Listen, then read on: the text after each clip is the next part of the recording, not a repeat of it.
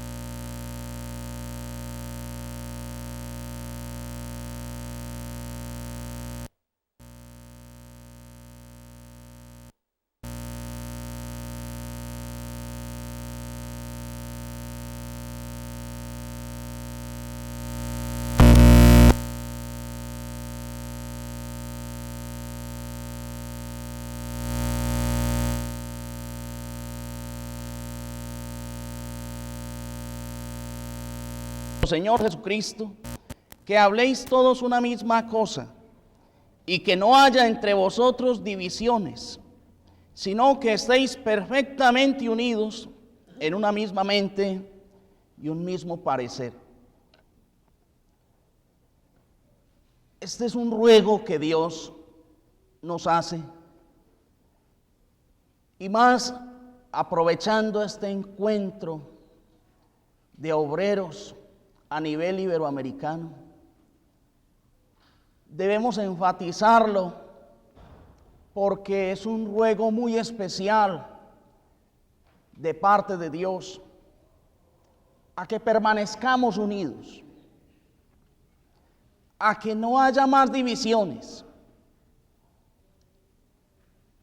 Y quiero que con la ayuda de Dios miremos algunos puntos de cómo podríamos evitar o solucionar los conflictos para que este ruego de Dios se cumpla en todas las congregaciones, en todos los países del mundo entero. La Iglesia del Señor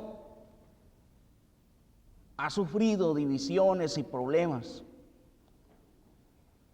y no podemos darnos el lujo de seguirnos equivocando. No podemos seguir alimentando más problemas.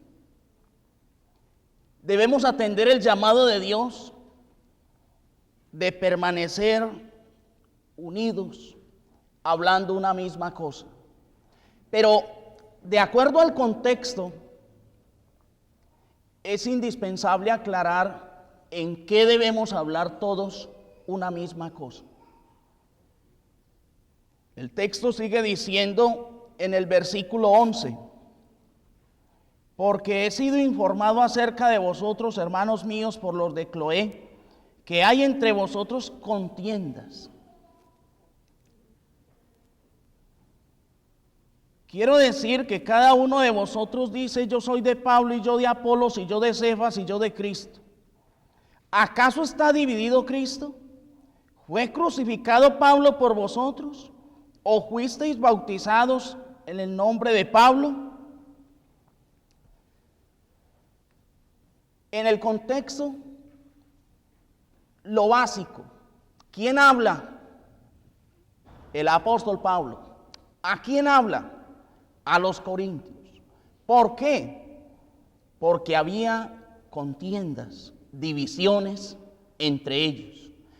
¿Y para qué les escribe? Para solucionar esos problemas. Y él les dice que debemos hablar una misma cosa en cuanto a que el Salvador nuestro se llama Jesucristo. Que debemos hablar una misma cosa en cuanto a que el bautismo es en el nombre de nuestro Señor Jesucristo. O sea, porque Él lo mandó, como Él lo mandó, para lo que Él lo mandó. Y que no fue Pablo, ni Cefas, ni ningún otro el que dio la vida por nosotros, sino Jesucristo. Amén. No podemos pretender que hablemos todos una misma cosa absolutamente en cuanto a la interpretación del Apocalipsis, por ejemplo. Hay muchas interpretaciones del Apocalipsis. Que Dios tenga misericordia y nos ayude a crecer, a madurar y a interpretar la palabra de Dios de la manera más honrada, más limpia posible. Pero hermanos, en ninguna manera, por poner ese ejemplo, Apocalipsis es lo que está diciendo o de lo que está tratando el apóstol Pablo, de que debemos hablar todos una misma cosa en cuanto a esa interpretación. Es más, Apocalipsis ni siquiera se había escrito cuando Pablo escribió a los Corintios. Entonces, hermanos, es importante que hablemos una misma cosa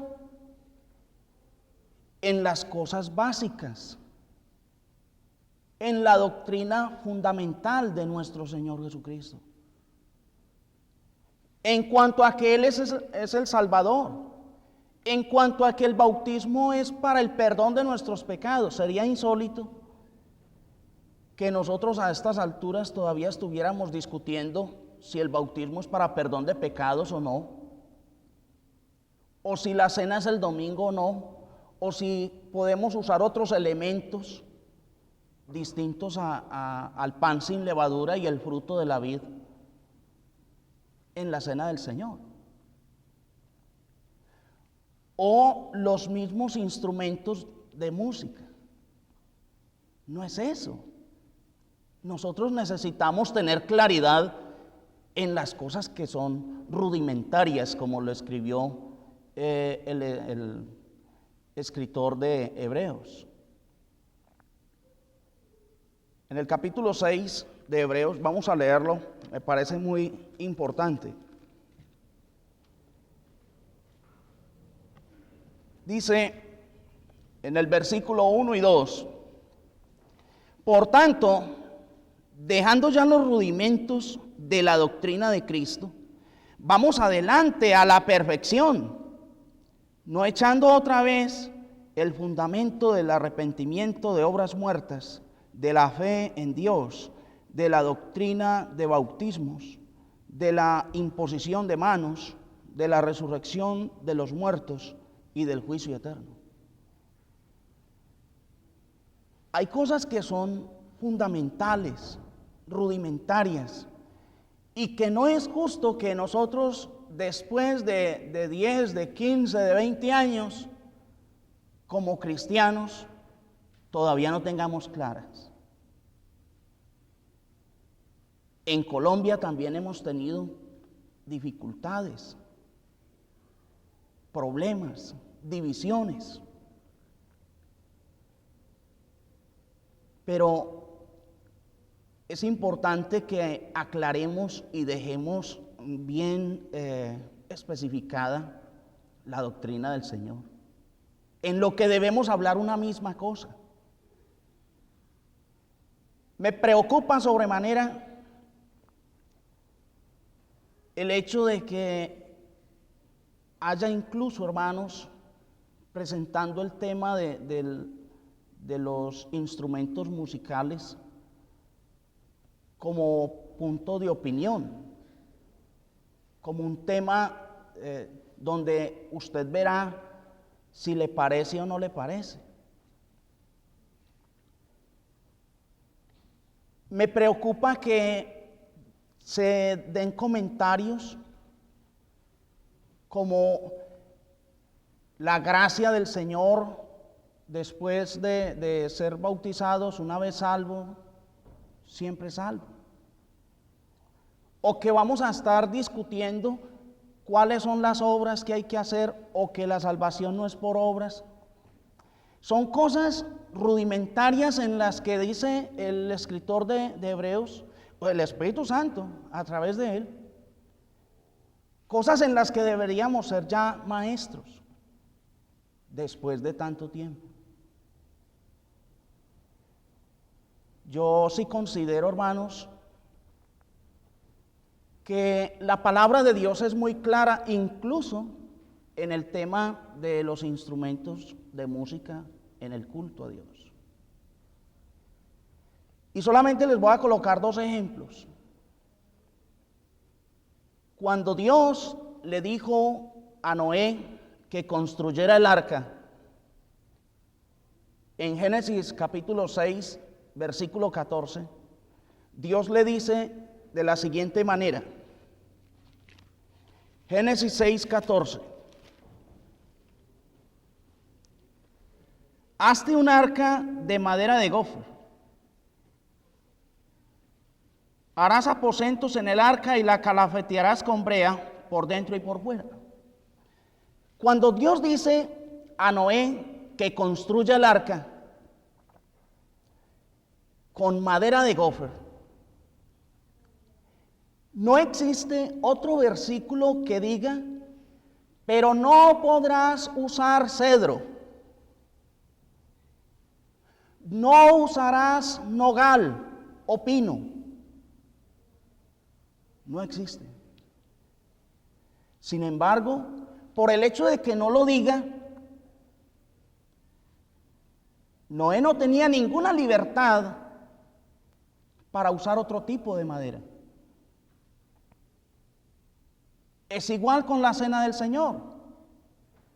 En Mateo 26, 26, cuando nos habla de los elementos del pan sin levadura y el fruto de la vid, no existe otro versículo que diga, pero no usarás Coca-Cola, ni fruto de manzanas, ni fruto de piña, o tostadas. Nada de eso. Pero por el hecho de que no lo diga, no hay libertad. Porque es que Dios ya dijo claramente cuáles son los elementos que hay que usar para la cena del Señor. Al decir cuáles son los elementos que se deben usar, no tenía él ninguna necesidad de hacer otra lista de versículos especificando que no se debería usar más nada. Y asimismo es con los instrumentos en el culto. El Señor dijo con toda claridad en Santiago 5:13, ¿está alguno afligido? Haga oración. ¿Está alegre? Cante alabanzas. Cantar es un verbo muy distinto a tocar. Ahí no dice toque alabanzas, sino cante. Hebreos 13:15. Dios quiere que le ofrezcamos sacrificio de alabanza y especifica, es decir, fruto de labios que confiesen su nombre. Amén. Al decir esto, al decir Dios cantar, Él no tenía que ponerse a especificar más nada. Al decir Él fruto de labios que confiesen su nombre, ¿Qué nos vamos a poner a inventar nosotros? Si será que le gusta o no le gusta todavía los instrumentos, cuando tenemos evidencia de que estaba aburridísimo con esos instrumentos desde el Antiguo Testamento. Igual que estaba aburrido con esos sacrificios. Amós 5:23, 21 al 23. Ahí está hablando de cómo Dios estaba descansado con los sacrificios, con esas ofrendas de animales que le ofrecían y con estos instrumentos. Entonces no podemos pasarnos 15 o 20 años en la iglesia y después de 15 o 20 años todavía estar mirando si se puede o no se puede, o si será que nos funciona mejor con alguna cosa moderna que le metamos al culto a Dios. Dios es sumamente serio con su palabra. Y Dios no va a cambiar su palabra por el hecho de que a alguien no le guste como Él dice. La palabra de Dios es una y no se le puede añadir ni quitar. Amén.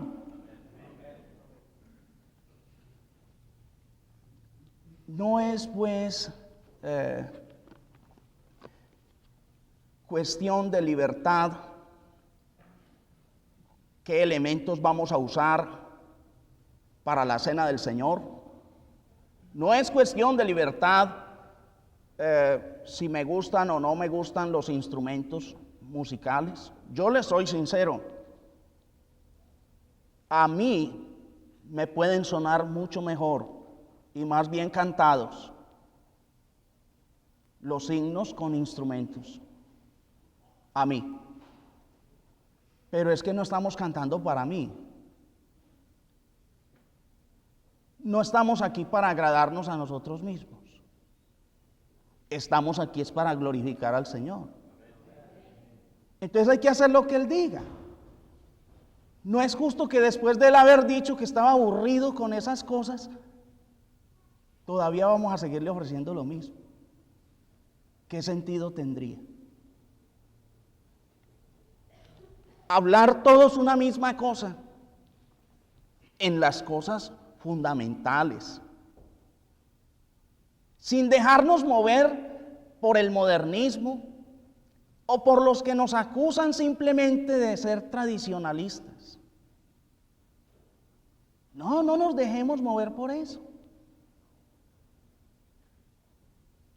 Permanezcamos firmes en la palabra de Dios. Y la verdad, aparte de todo, personalmente soy un convencido de que es a Cristo a quien hay que obedecerle y no a Moisés ni a Elías. ¿Recuerdan el caso de la transfiguración en Mateo 17? Y aparecieron Moisés y Elías. Y Pedro dice: oh Señor, qué bueno es que hiciéramos 3 enramadas, una para ti, otra para Moisés y otra para Elías. No alcanzó ni a terminar.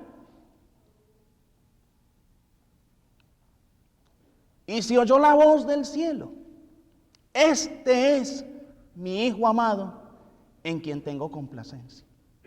A Él oíd. ¿Cómo vamos a estar discutiendo si se puede o no se puede usar instrumentos musicales porque David los usó? Es que nosotros no estamos siguiendo a David. Es que nosotros no estamos siguiendo a Moisés. Es que no tenemos que oírlos a ellos. Es que hoy tenemos que oír a nuestro Señor Jesucristo. Y nuestro Señor Jesucristo nunca usó los instrumentos, ni mandó que se usara, ni los apóstoles. Y como somos cristianos, entonces vamos a imitarlo. Sencillamente no tocamos instrumentos porque somos cristianos, porque imitamos a nuestro Señor, porque queremos hacer su voluntad, porque oímos solamente a nuestro Señor Jesucristo. Amén.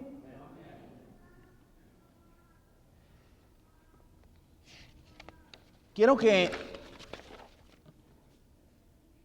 analicemos el segundo punto del texto, cuando dice que no haya entre vosotros divisiones. Algunos hermanos pueden pensar que la división es una solución. Y ven la división como una solución desde el matrimonio. ¿Tienen un problema en el matrimonio? Lo mejor es que nos separemos usted y yo. ¿Sí o no que lo mejor es que dejemos esto hasta aquí? Yo ya no me la aguanto a usted.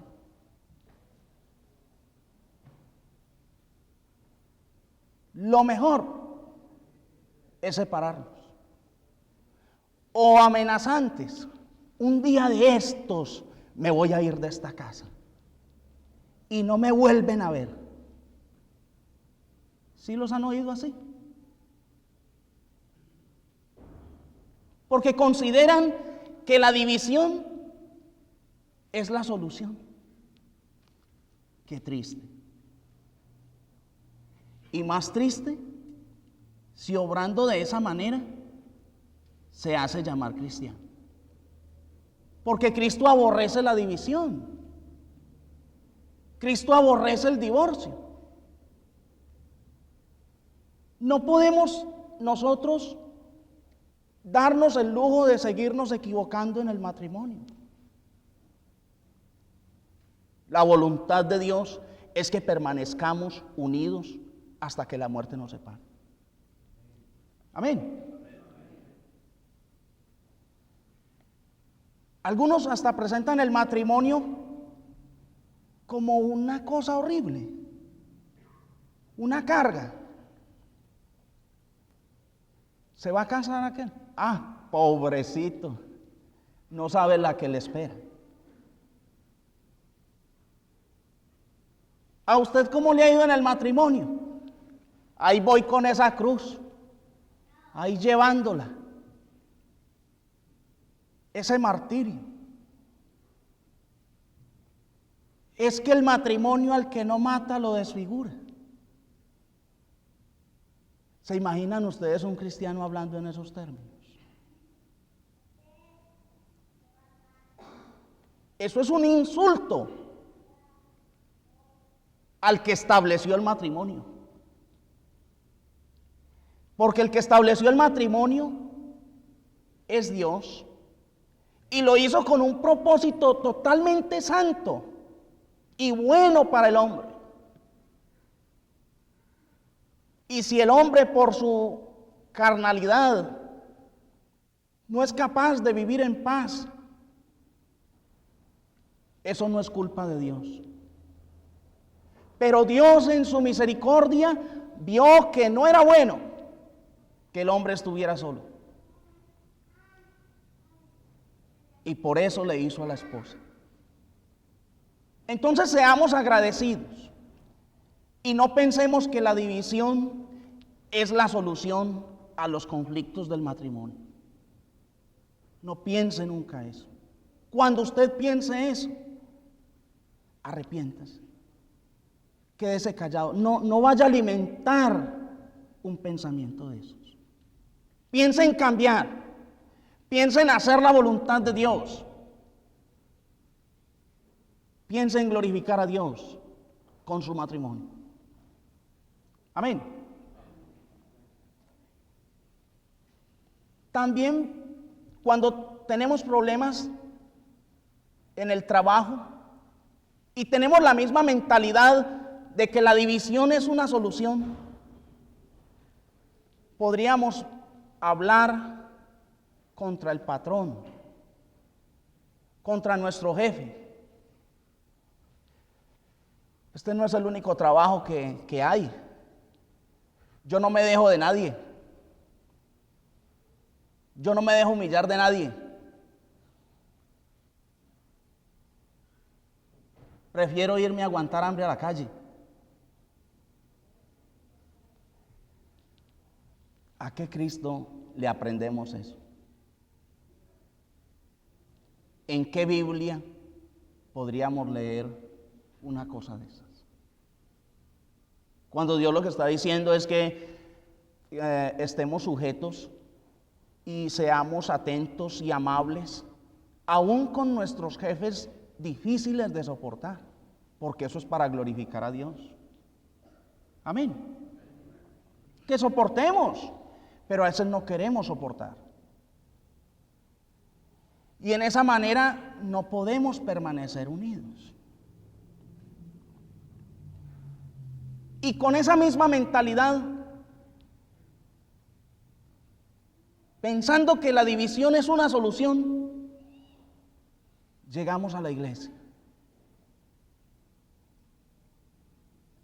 Y se presenta cualquier problema, hermano, lo mejor es que nos vayamos. Yo más bien no vuelvo. Ustedes por aquí y nosotros por allá. Eso es lo mejor. ¿Quién dijo que eso es lo mejor?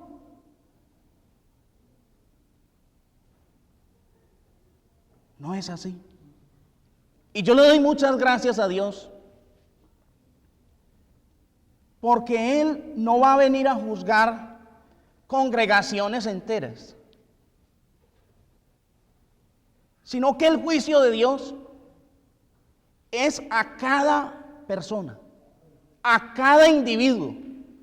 Cada uno vamos a ser juzgados según nuestra propia obra. Segunda de Corintios capítulo 5, versículo 10. Es importante que lo recordemos. Leámoslo. Porque es necesario que todos nosotros comparezcamos ante el tribunal de Cristo, para que cada uno reciba según lo que haya hecho mientras estaba en el cuerpo, sea bueno o sea malo.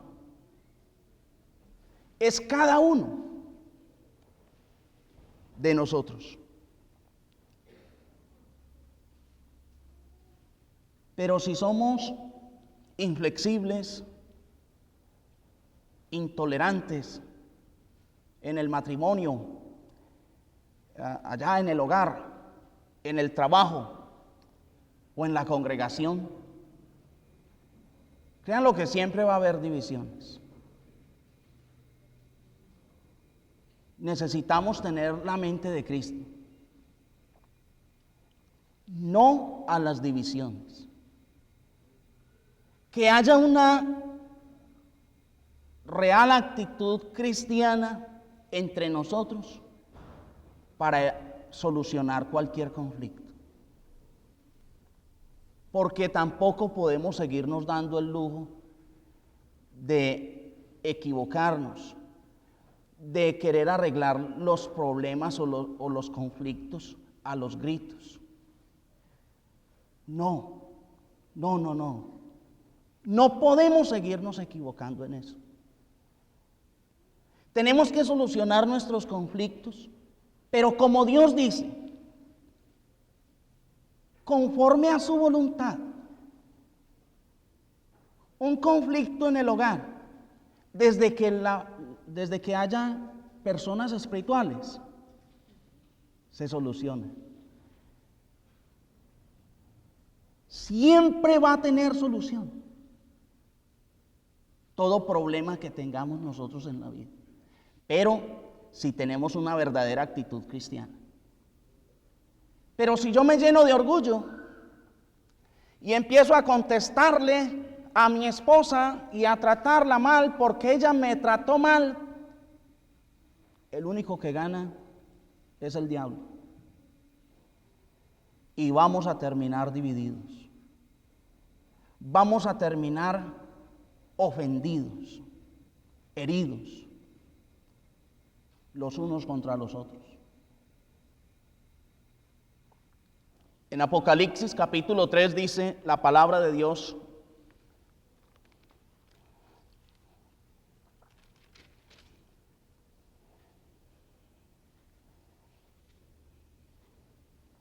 versículos 1 y 5. escribe al ángel de la iglesia en Sardis, el que tiene los 7 espíritus de Dios y las 7 estrellas, dice esto: yo conozco tus obras, que tienes nombre de que vives y estás muerto. Estas palabras fueron dirigidas a una congregación, a una iglesia del Señor, y Dios la califica como muerta. Pero a mí me sorprende Dios por su justicia. Cada día admiro más a mi Dios. Me siento más orgulloso de ese Dios. Porque sigue diciendo en el versículo 2 hasta el 5: sé vigilante y afirma las otras cosas que están para morir, porque no he hallado tus obras perfectas delante de Dios. Acuérdate pues de lo que has recibido y oído, y guárdalo, y arrepiéntete, pues si no velas, vendré sobre ti como ladrón, y no sabrás a qué hora vendré sobre ti. Ojo al versículo 4. Pero tienes unas pocas personas en Sardis que no han manchado sus vestiduras, y andarán conmigo en vestiduras blancas, porque son dignas. Una congregación que Dios juzga como muerta, pero al mismo tiempo dice Dios el justo, que en esa misma congregación habían unas personas que no habían manchado sus vestiduras y que eran dignas de vivir con el Señor en el cielo. Pero una persona desesperada, una persona que no tiene la mente de Cristo, ve un problema en la iglesia, me voy. Yo no vuelvo. ¿Y sabe a qué se va? A murmurar, a acusar, a regar el cuento. Y no vuelvo a esa iglesia porque es que allá hay muchos hipócritas. Y no vuelvo a esa iglesia porque es que allá no hay amor. Además, ese hermanito, ese que predica allá, ni me saludó bien. Eso me dio la mano ahí como de cualquier manera, como por salirse de mí. Entonces no vuelvo. Qué diferente es nuestro Señor. Qué diferente es la mente de un hijo de Dios. Los buenos jamás tenemos que irnos de la iglesia. No existe un solo ejemplo bíblico de alguien que se haya tenido que salir de una congregación por bueno. Es que era tan bueno que se tuvo que ir. No, esa no es la mente de Cristo. La mente de Cristo es que tenemos que permanecer en la congregación y no andar criticando. Siquiera por ensayar, analicen ustedes a cualquier persona de las que critican a un predicador, señas de que no es predicador. Porque cuando uno es predicador, cuando uno se ha parado aquí, uno tiene misericordia. Así ese predicador se equivoque. Pobrecito, está asustado, está nervioso, se equivocó, voy a ver cómo le ayudo. Tengan la plena seguridad que el que tiene esa mentalidad de crítica son los que menos trabajan en la iglesia del Señor.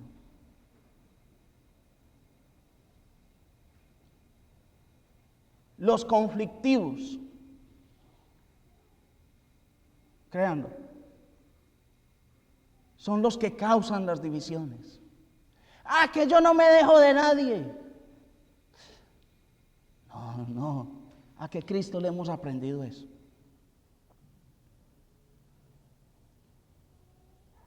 Es que a mí me tienen que respetar. ¿Ustedes han visto a Cristo haciendo eso? Es que yo exijo mis derechos. Hombre, ¿cómo no va a haber conflictos y divisiones con una actitud de esas? Pero hermanos, estamos para reflexionar, para aprender.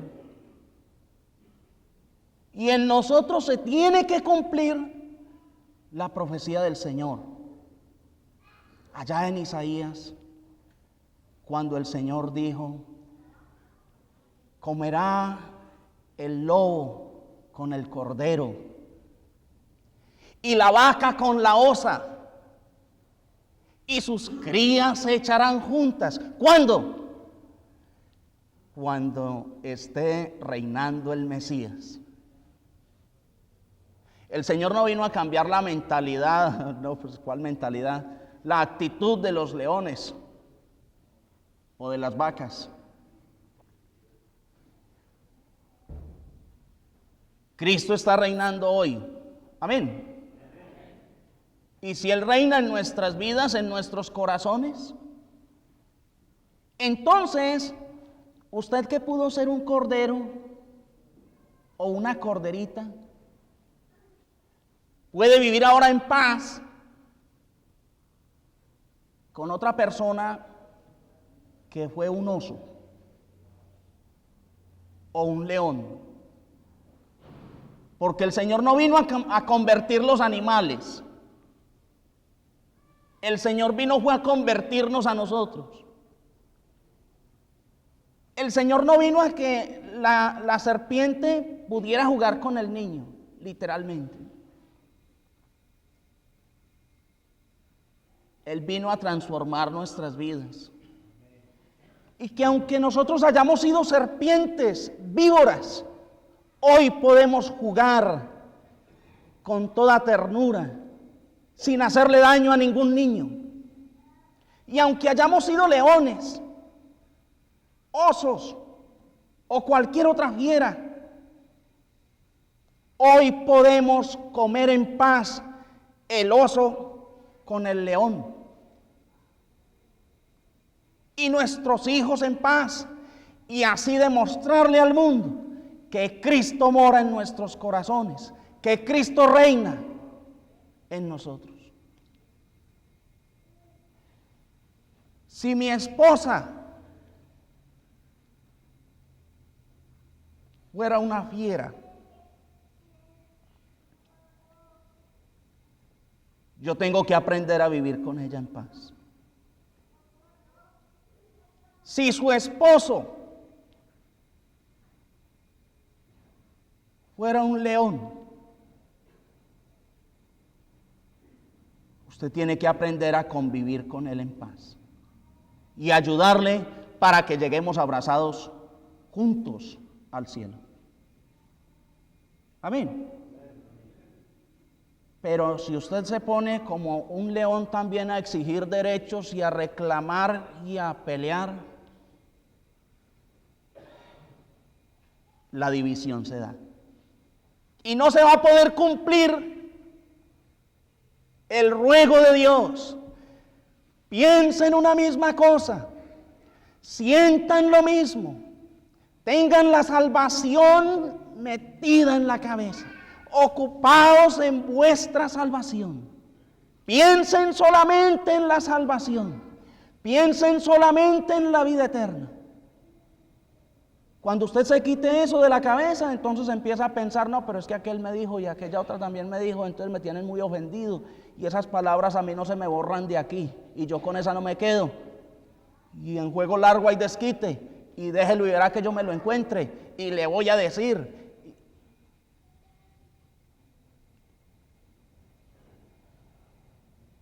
Que Dios nos ayude, hermanos, a tener la mente de Cristo. Ser cristiano no es aprenderse 10 o 20 versículos de la Biblia de memoria. Ser cristiano es pensar, sentir, accionar y reaccionar como Cristo. Nunca olviden eso. Ser cristiano, se lo repito, ser cristiano es pensar, sentir, accionar y reaccionar como Cristo. Podríamos estar llenos de Biblia, pero no llenos del Espíritu Santo. Podríamos conocer la verdad, pero no ser libres del pecado. Todavía ser esclavos. Podríamos saber muchas cosas de Jesucristo, sabernos toda la vida de Jesucristo, y mi vida no parecerse a Cristo en nada.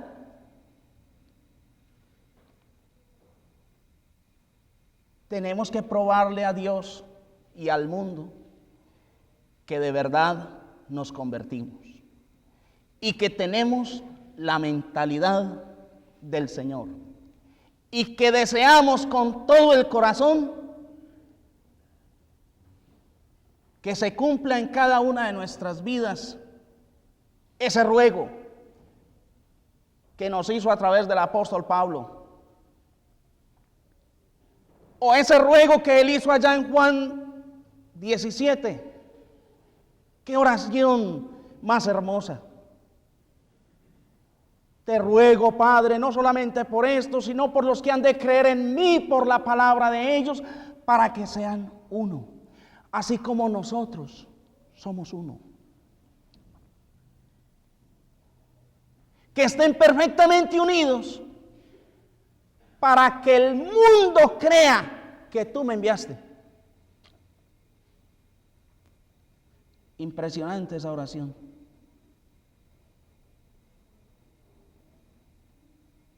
Pero aún con la verdad podemos causar división.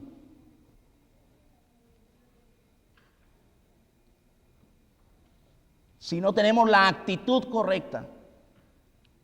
En lo personal no me preocupan los conflictos en la iglesia. Porque yo soy consciente, hermanos, que siempre tendremos conflictos y problemas. Y si hoy solucionáramos todos los que tenemos, estamos rogándole a Dios, Señor, que tu iglesia crezca. Y vienen más hermanos nuevos. Y vienen nuevos conflictos. No me asustan los problemas, no porque yo sea guapo, para solucionarlos. A mí lo que sí me asusta es la actitud que nosotros tomemos frente a los problemas. Eso sí me preocupa. Póngame a mí el problema que sea, pero póngame a mí dos personas espirituales en ese conflicto.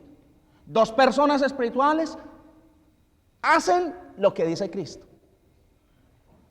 Respetarnos, tratarnos bien, vamos a orar los unos por los otros, vamos a amarnos, ¿sí? No vamos a tratarnos mal, no vamos a insultarnos, no vamos a tratar de convencer una parte a mi favor y otro grupo a favor de otro. No, es que eso fue lo que Dios condenó en 1 Corintios 1. Que no haya entre vosotros divisiones, que no haya partidos, porque es que unos estaban yendo con Pedro y otros con Cefas. Y dice, no, es que acaso está dividido Cristo. ¿O ustedes a quién es que van a seguir? ¿O por quién fue que se bautizaron? Seamos cuidadosos. ¿Cómo solucionar los problemas? Solo con una actitud cristiana, de verdad. Solo con una mentalidad como el Señor Jesucristo la ha dejado establecida. Pero ¿qué hacer con una congregación que encontremos en pecado? Yo vengo de Colombia y llego a la iglesia de Cristo en Sardis.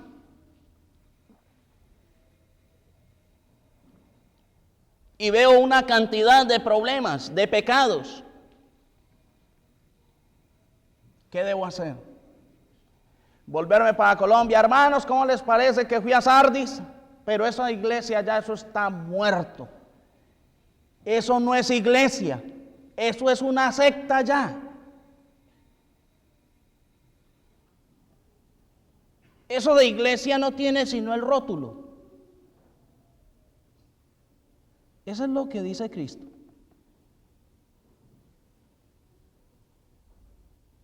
Hermanos, no podemos tener comunión con la iglesia en Sardis. No se vayan a reunir en esa congregación. ¿Es eso lo que dice Cristo?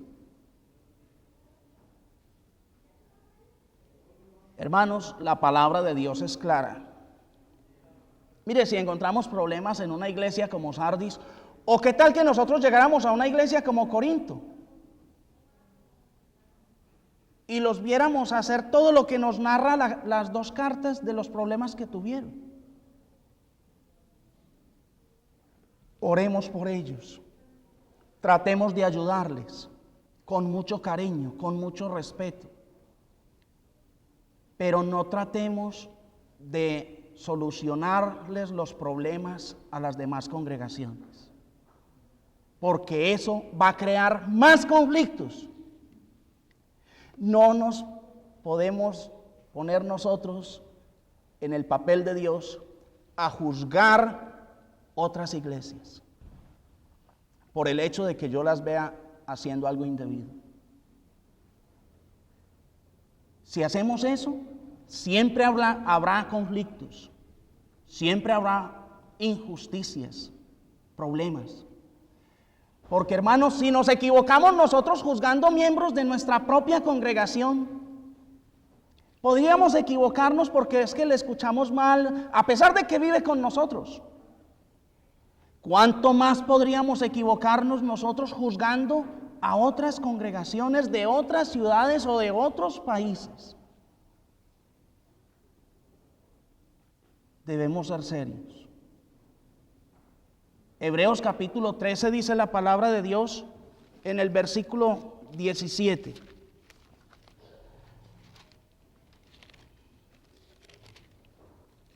Hebreos 13, versículo 17 dice: obedeced a vuestros pastores y sujetaos a ellos, porque ellos velan por vuestras almas como quienes han de dar cuenta, para que lo hagan con alegría y no quejándose, porque esto no es provechoso.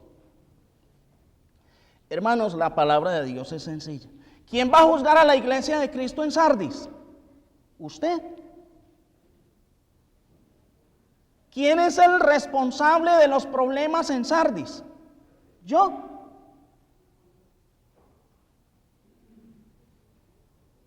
Dios dice claramente que son los ancianos de cada congregación los que le van a dar cuentas. Lo único que podemos hacer es con mucho amor tratar a nuestros hermanos, a esos ancianos, con mucha ternura, con mucho respeto. Hermano, yo pienso esto, yo entiendo esto, me gustaría que por favor estudiáramos, compartiéramos con respecto a este tema. Pero si usted va a llegar a acusar, es que ustedes están muy mal, es que ustedes ya no son iglesia, es que ustedes ya no tienen el candelero encendido. Hombre, si Dios no le había quitado el candelero a la iglesia de Cristo en Sardis, ¿quién soy yo para hacerlo? Si Dios había tenido paciencia con Sardis, como la ha tenido conmigo, ¿cómo no voy a tener yo misericordia? Respetemos los conflictos de cada iglesia y roguemos a Dios que le dé sabiduría a cada grupo de ancianos o de varones donde no haya ancianos, para que ellos puedan hacer la voluntad de Dios. No nos vamos a considerar nosotros indispensables para solucionar problemas o tratar de ir de iglesia en iglesia tratando de arreglarle los problemas a todos, porque eso va a traer conflictos, divisiones. celos amargos, de todo va a traer. Y yo quiero, hermanos, concluir con Santiago, capítulo 3, donde dice la palabra de Dios: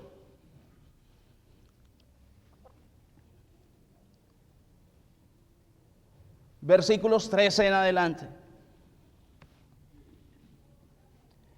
¿Quién es sabio y entendido entre vosotros? Muestre por la buena conducta sus obras en sabia mansedumbre.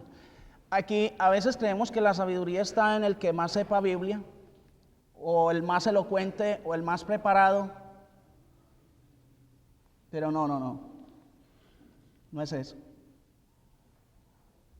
Una cosa es cuando hablamos de un maestro en matemáticas, un maestro en inglés, cuando hablamos de un maestro en geografía.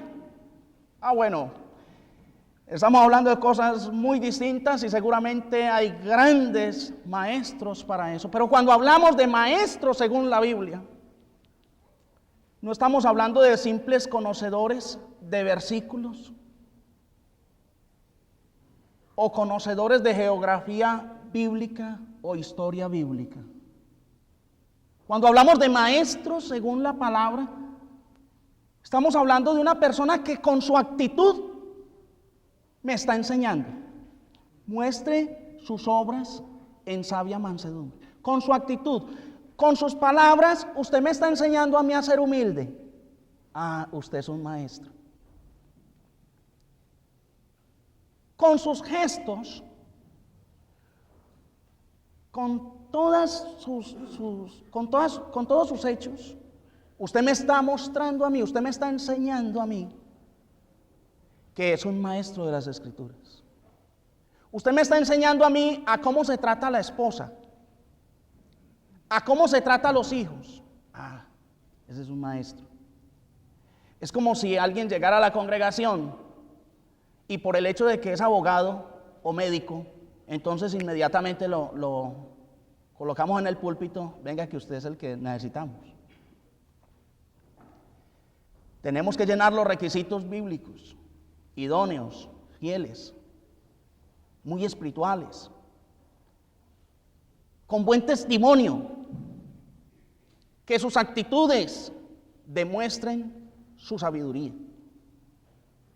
De lo contrario, dice el versículo 14, porque si tenéis celos amargos y contención en vuestro corazón, no os jactéis ni mintáis contra la verdad, porque esta sabiduría no es la que desciende de lo alto, sino terrenal, animal, diabólica. Porque donde hay celos y contención, allí hay perturbación y toda obra perversa. Pero la sabiduría que es de lo alto es primeramente pura, después pacífica, amable, benigna, llena de misericordia y de buenos frutos, sin incertidumbre ni hipocresía. Y el fruto de justicia se siembra en paz para aquellos que hacen la paz. Amén. No podemos equivocarnos en eso. Y cuando hablamos de lo que Dios ha dejado establecido, yo no puedo irme de aquí sin que leamos este pasaje como el último y para meditar en nuestros corazones, en nuestros hogares, donde estemos. Juan capítulo 13 y el versículo 35. Lo conocemos de memoria, pero quiero leerlo de todas maneras. En esto conocerán todos que sois mis discípulos, si tuviereis amor los unos por los otros. Si tenemos amor, no nos vamos a hacer daño, no nos vamos a irritar, No nos vamos a tratar mal. El amor no se irrita. El amor no se envanece. El amor no hace daño. El amor no busca lo suyo.